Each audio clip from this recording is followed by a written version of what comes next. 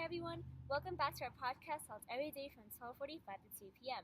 We are your hosts, Michelle and Wilson, and today we're going to dive into the wonderful world of economics. So the world of economics revolves around the economic problem, how to allocate resources most efficiently. But efficiency is defined differently in different contexts. In a market, efficiency is reached when the supply of a product is equal to the demand of a product, or in more technical terms, when the marginal private benefit is equal to the marginal private cost. But what is marginal private benefit and marginal private cost, Wilson? Good question, Michelle. Marginal private benefit is a benefit to consumers for consuming one more unit of a good, while marginal private cost is the cost for producers of that good, also known as firms, to produce an additional unit of that good. Where marginal private benefit and marginal private cost intersect, we have the price and quantity produced and consumed of that good in a particular market, P naught and Q naught. However, that is not always the optimal price and quantity for society. Sometimes the marginal social benefit and the marginal social cost is different from the marginal private benefit and the marginal private cost. The marginal social benefit is the benefit to society when one more unit of a good is consumed, while the marginal social cost is the cost for society when an additional unit of that good is produced. Where marginal social benefit and marginal social cost meet gives us the socially optimal price and quantity of that good, seen from P start and Q start. So when the marginal private benefit is not equal to the marginal private cost, is not equal to the marginal social benefit, is not equal to the marginal social cost, the market fails to allocate resources efficiently, and we call that market failure. So market failure occurs when an externality occurs. So what is an externality? Well, it's when private transactions within the market between consumers and producers create an effect on a third party. This externality can be caused by either producers or consumers and can have either a positive or negative effect on society. But why are we telling you this, Michelle? Well, Wilson, we saw the devastating effects of poorly disposed plastic waste in our streets, our oceans, and on our Earth, so we felt that we had to speak up. In this advanced modern society, we often don't have the time, or we do, but we don't, to stop and think about plastic waste. We use resources as we need, and we sometimes forget about the fundamental economic issue that our resources are scarce. But in addition to that, the health and the well-being of our environment is also scarce, and it is being degraded from society's careless actions. There are about 300 million tons of plastic produced globally each year, in which only 10% of that is recycled. And even though plastic is sent to landfills, it is still estimated that 7 million tons ends up in the sea each year. This is devastating to the common access resource that is our oceans. The common access resources are resources that are not owned by anyone, do not have a price, and are available to use without payment. Or in more technical terms, resources that are resources that are rivalrous and non-excludable. So the degradation of the ocean from our plastic waste pollutes it for everyone. Yeah, so for example, over time, plastic degrades into smaller pieces, which are then consumed by small marine animals. These small marine animals are then consumed by larger ones, and this moves up the food chain, and this is also called bioaccumulation. Then, eventually, when a human eats the seafood, all of the plastics that are accumulated due to bioaccumulation are ingested into our bodies. Isn't that horrible? That is horrible.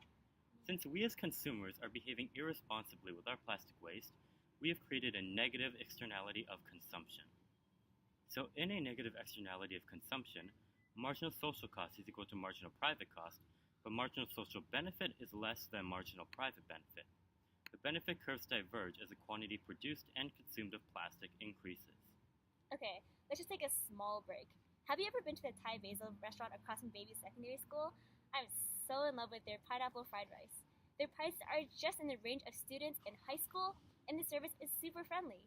Okay, let's go there after the podcast's done. Now, wait, what were we saying again? Okay, so to understand this entire issue, we have to look at it incrementally.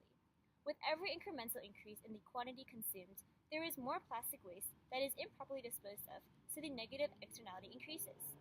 What this means is that when you have one plastic bottle in the ocean, it does have its consequences.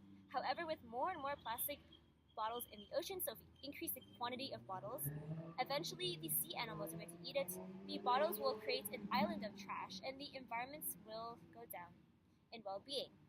The waste increases so fast that this decreases the environment's ability to recover from its impacts. Hence, the marginal social benefit decreases at a rate greater than the marginal private benefit, and that is the reason why the two curves diverge and that there is a greater deviation as you increase in that quantity. So because of the identity, marginal private benefit is not equal to marginal private cost, is not equal to marginal social benefit, is not equal to marginal social cost, the market fails and we do not have allocative efficiency. So there's a deadweight loss, pointing towards the intersection of the marginal social cost and the marginal social benefit curves. So just a quick reminder that this podcast is sponsored by Greenpeace. Imagine a world where forests flourish and oceans are full of life, where energy is clean as a mountain stream, where everyone has security, dignity, and joy. We can't build this future alone, but we can build it together. Thus, we can do this with Greenpeace. Follow up with their website and click donate. That's Greenpeace, a global organization campaigning for a green, peaceful, and sustainable future. Thank you, Greenpeace. This podcast would not have been possible without you. So moving on, what is captured in the dead weight loss includes the 8th continent, which is a Pacific garbage patch, the dead animals that consume the plastic in our bodies that impose harmful health risks to humans, the environments that are destroyed by the plastic, and these spaces that are filled up by the landfills. So how do we solve this? Well, we need to practice responsible consumerism by making efforts ourselves to purchase eco-friendly supplies such as reusable bags and reusable water bottles. And furthermore, we have to reduce our consumption of plastic overall. And if you have no choice but to use plastic, please make sure that you dispose of it properly. For this to work though, we need to reach a wide audience. So how do we do that? Well, one solution would be negative advertisement in the form of educating others about the harm and the damage that can be done through improperly disposing of plastic waste. Where have I heard of that before, Wilson? It's what we're doing right now, Michelle. That's right. So to all the viewers out there, please give us a hand by following our Instagram page, sharing our stories and posts on your stories, tagging your friends on our posts, and telling everyone that you listen to our podcast, which is now featured on YouTube and Spotify. So by using social media and online platforms to expand on our campaign, as we reach more and more consumers, we can reduce the consumption of plastics for good. So from an economic standpoint, demand would decrease as consumers' preferences change. So the marginal private benefit curve would shift inwards to intersect the marginal social benefit curve at P star and Q star, thereby removing the externality and the welfare loss. But we have to remember that we can't always remove negative externalities, but we can reduce it. So that's what we are trying to do. But in the short term, this solution may not be the most effective given our small audience. But as we continue to get the word out, in the long term, this solution could be very effective. As for the stakeholders in this, consumers would have to make the effort to switch from plastics to reusable items.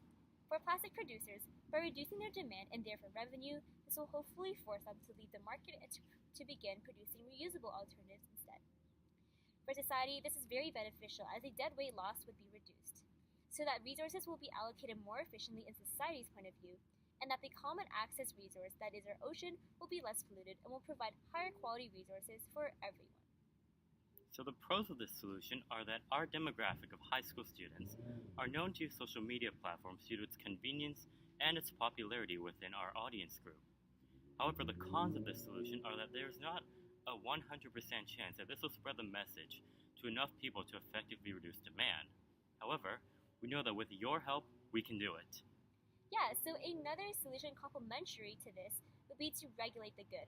Just like how cigarette boxes have graphic pictures of smoker lungs to discourage consumption, a similar approach could be taken with plastic. The largest sources of plastic waste, which are plastic bags, plastic beverage bottles, and plastic food packaging, which make up 50% of the market, we can use that and push for legislation that requires them to have labels showing the devastating impacts of plastic waste discarded in the oceans. This will act similarly to negative advertising and its economic effects. So in the short term, this solution may be problematic due to the time required to push legislation through Parliament. In addition, producers may fight this motion, further extending the time it takes for this legislation to be crafted. However, in the long term, consumers will be motivated by the labels, which will appear frequently in their everyday lives, to reduce their consumption of plastic products. As for stakeholders, the government must set the regulations and enforce them by hiring inspectors at the retail level, all with their own funding. Producers may be influenced to make their products more eco-friendly, perhaps by using biodegradable materials such as starch. consumers may be encouraged again to purchase more eco-friendly products over plastic products after seeing this damage that is being done to the environment through their own personal actions. For society, this would be beneficial as, again, the deadweight loss would be reduced so that resources would be allocated more efficiently, and like if we use the biodegradable materials, less fossil fuels and such would be used to produce these plastics. So, in conclusion, the pros of this solution are that it raises awareness due to its frequent appearance in consumers' daily lives.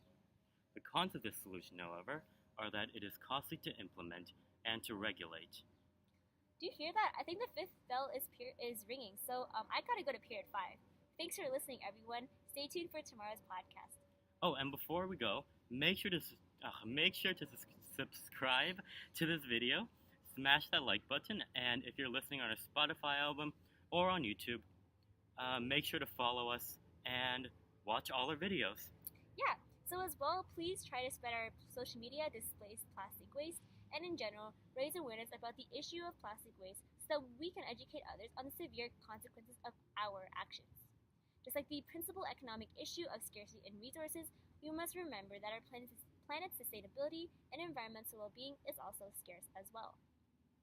With that being said, follow up with our other initiatives and voice and project your opinions in our surveys, petitions, and any additional campaigns that we are planning to implement. And like always, don't stop the chase to recycle plastic waste. Thank you.